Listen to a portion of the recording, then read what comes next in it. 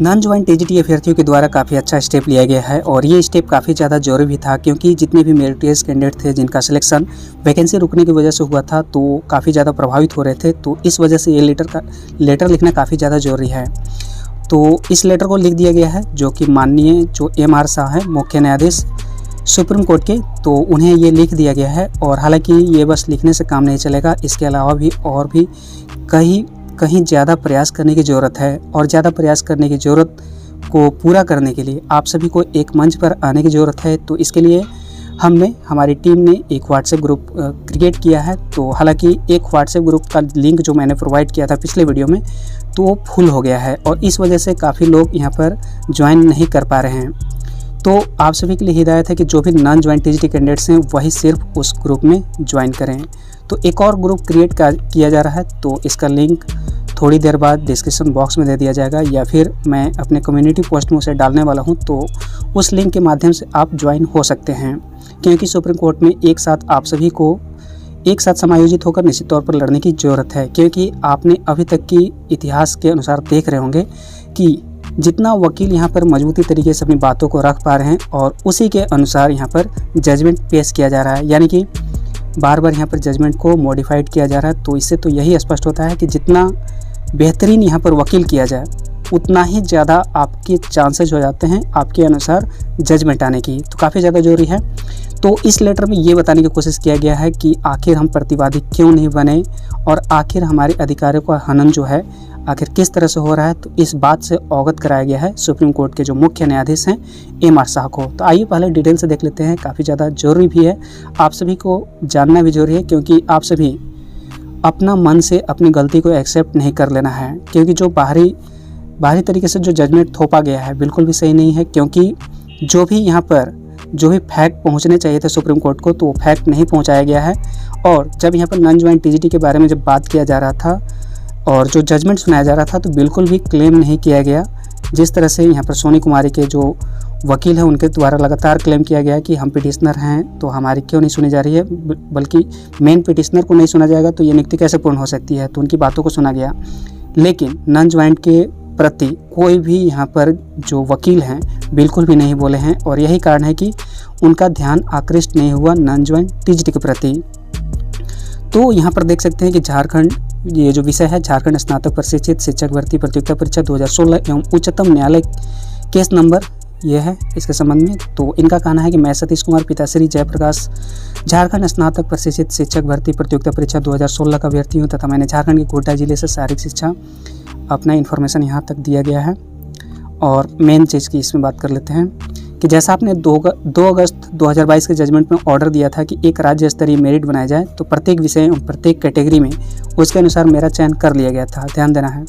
तो दिनांक 24 नवंबर 2022 को मेरे प्रमाण पत्रों का जांच भी जेएसएससी द्वारा करा लिया गया है। तो महाशय, जैसा कि दिनांक जो 2 दिसंबर 2022 को आपके द्वारा इस केस से संबंधित अवमानना की सुनवाई किया गया, तो उसमें आपने ज्वाइन शिक्षक एवं जो झारखंड हाई कोर्ट में जो याचिका करता है उनको समायोजित करने की बात की है, जिसका मैं विनम्रता से स्वागत करता हूं। तो लेकिन महाशय, आपके द्वारा ये नहीं कहा गया कि जो बचे हुए सीट हैं उसमें मेरिट में आने वाले अभ्यर्थियों की नियुक्ति किया जाए, तो जिससे हजारों मेरिट में आने वाले अभ्यर्थियों के अधिकारों का हनन होने लगी है। तो जो पॉइंट यहाँ पर दर्शाया गया है तो ये काफ़ी ज़्यादा इंपॉर्टेंट है कि महाशय कुछ बिंदु ऐसे हैं जिसके द्वारा सभी के अधिकारों को बचाया जा सकता है, जो निम्न प्रकार हैं। यहाँ पर सजेशन भी दिया गया है।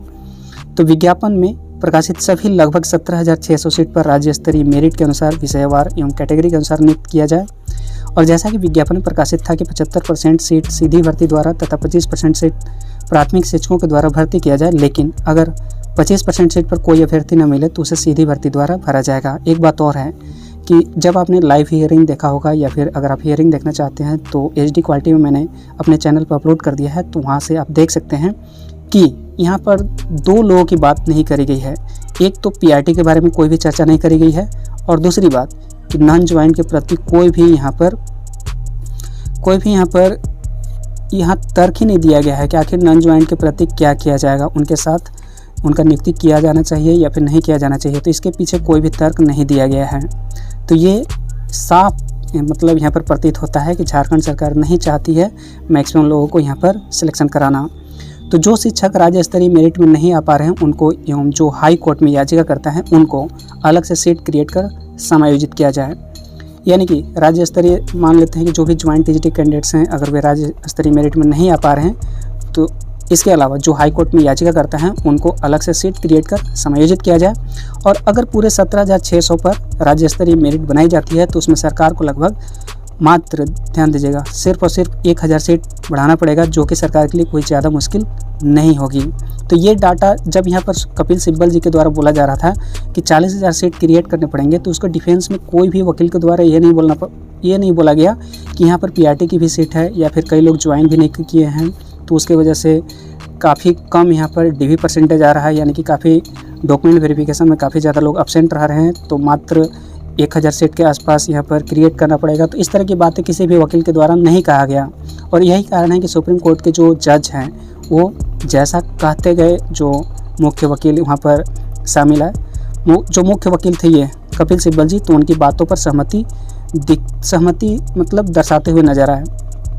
तो कहना है कि महाशय इस भर्ती में जो नियोजन नीति थी, ध्यान दीजिएगा कि आखिर प्रतिवादी क्यों नहीं बने। तो महाशय इस भर्ती में जो नियोजन नीति थी उससे हम उसमें प्रभावित नहीं थे, तो इसके डिफेंस में भी वहाँ नहीं बोला गया था कि आखिर प्रतिवादी क्यों नहीं बने। जो वहाँ पर बोला जा रहा था कि जो पंखे के नीचे जो फ़ायदा उठाना चाहते हैं तो उसके प्रति भी कोई भी डिफेंस नहीं किया कि आखिर पंखे के नीचे क्यों थे। तो हम ज़्यादा मार्क्स लिए थे और बाकी बचे सीट पर भर्ती का इंतज़ार कर रहे थे, तो इसलिए हम प्रतिवादी नहीं बने। तो सीधी सी बात है, जिनका कम मार्क्स था सिर्फ और सिर्फ वही प्रतिवादी बने, और जो चाह रहे थे कि यहाँ पर जो 13-11 किया गया है तो उसको मतलब एक साथ करके स्टेट मेरिट निकाली जाए, तो बस वही प्रतिवादी बने थे। तो ऐसा सिर्फ उन लोगों का था जिनका कम मार्क्स था, तो जिनका ज़्यादा मार्क्स था उन सभी की क्या गलती है। तो इसमें झारखंड हाईकोर्ट में प्रतिवादी सिर्फ वही लोग बने थे जिनका मार्क्स कम था और जो लोग आरक्षित जिले से संबंधित संबंध रखते थे। इसलिए महोदय केवल ये पक्ष न देखा जाए कि जो प्रतिवादी बने हैं उनको ही नियुक्ति करने का अधिकार है। तो ये मतलब काफ़ी ज़्यादा तर्कपूर्ण है और हमें तो लगता है कि जितना ज़्यादा यहाँ पर वकील बहस कर रहे थे या फिर जज जो बहस कर रहे थे, इनसे ज़्यादा तो यहाँ पर ज़्यादा फैक्ट और ज़्यादा इन्फॉर्मेशन तो यहाँ पर टीजीटी के अभ्यर्थियों के पास ही है। अगर कुछ ऐसा होता है कि यहाँ पर वकील न मतलब खुद बोलने का अधिकार रहता तो हमें नहीं लगता है कि यहाँ पर वकील करने की ज़रूरत भी थी।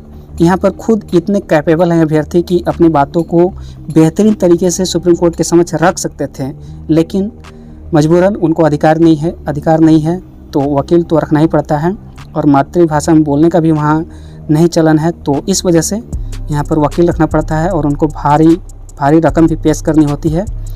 तो यहाँ पर जब यहाँ पर झारखंड सरकार के द्वारा जो बड़ा वकील रखा गया तो उसी के अनुसार यहाँ पर मॉडिफाइड नज़र आ रहे हैं सुप्रीम कोर्ट के जज, और यही कारण है कि यहाँ पर लेटर लिखने की ज़रूरत पड़ रही है। तो देखते हैं इसका क्या प्रभाव होता है, ये तो बाद में पता चलेगा। लेकिन जितने भी अभ्यर्थी हैं एक मंच पर आएँ, आप सभी के लिए एक व्हाट्सएप ग्रुप क्रिएट किया जा रहा है।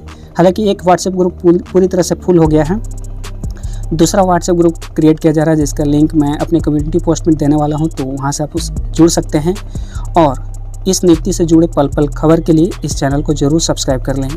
तो मिलते हैं नेक्स्ट वीडियो में नेक्स्ट अपडेट के साथ। Thanks for watching and wish you all the best.